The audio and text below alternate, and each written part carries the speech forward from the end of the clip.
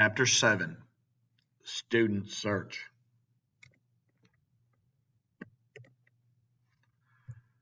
Leadership Perspectives in reference to the 14th Amendment. Outside the school environment. People have the right to be secure with themselves, their property, homes, and papers against someone excessively searching and taking. This shall not be taken from individuals. The Fourth Amendment does not condemn all investigations, just the unjust ones. Public venues have become acceptable justice attractions for illegal searches. The U.S. Supreme Court stated that even a small or short analyzation of another person's property is a violation of their rights. Inside the school environment. At school and school activities, the U.S. Supreme Court has left an area in their interpretation of the Fourth Amendment for administration to conduct some investigations in gaining control of their students' property. Administration must have a reasonable doubt in regard to the situation. Principals must know how far in the process they can go on the situation. Utilitarianism, student searches, and the greater good.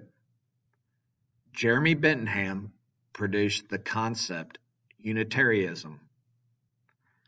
This concept believes in what is best for all people involved. This was named after utility or tool to produce positive activity and a motivator to move away from the negative aspects that may occur. Based on this concept, the goal is for everyone to be comfortable and unthreatened. There must be a sense of consistency for all involved, no matter who you are. The presence of equality also allows for everyone to be, for the most part, treated in an appropriate manner. All repercussions should occur only if facts and evidence show guilt.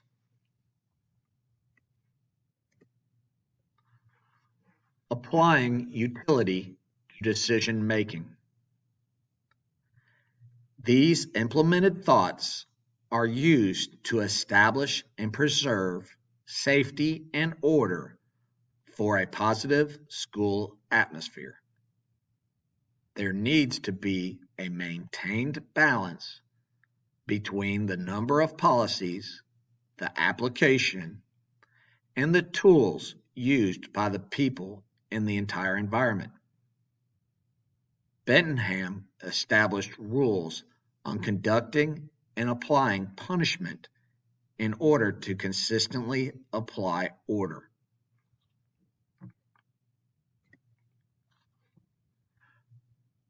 Students and the Fourth Amendment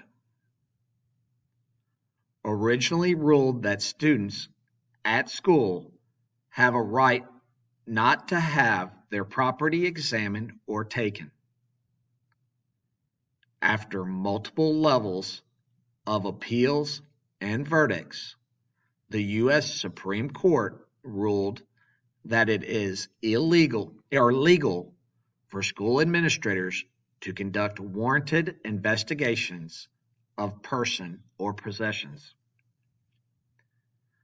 The U.S. Supreme Court established guidelines for school officials. A. It must be warranted at the beginning of investigation. B. There must be a reason relative to issue. C. Why the investigation occurs is directly related to an administrator's assumed, warranted conclusion. D. The severity of the personal investigation should not be excessive in regards to gender, age, and the level of infraction.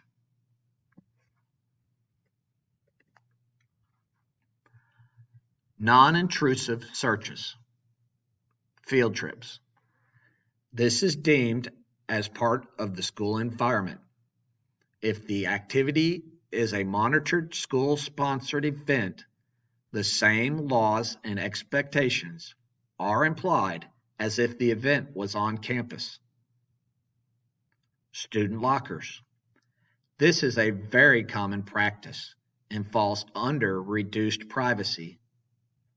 A recommendation is made for a district policy in regards to locker searches based on law. Metal detectors. This has been deemed to not be invasive and against the law.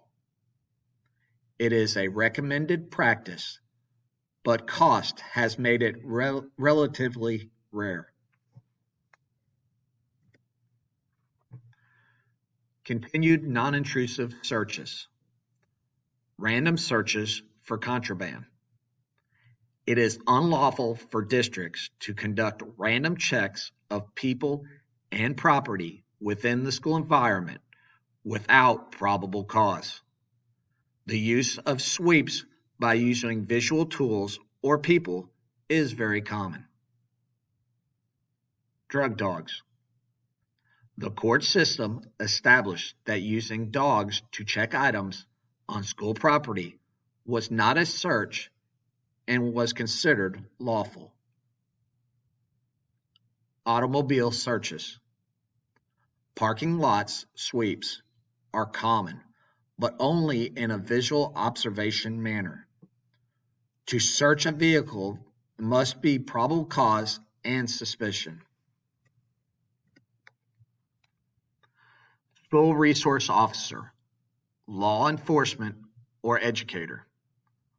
Schools these days tend to appreciate the presence of school resource officers, SROs.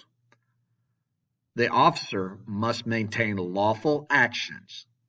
There must be probable cause at all times when searches are enacted.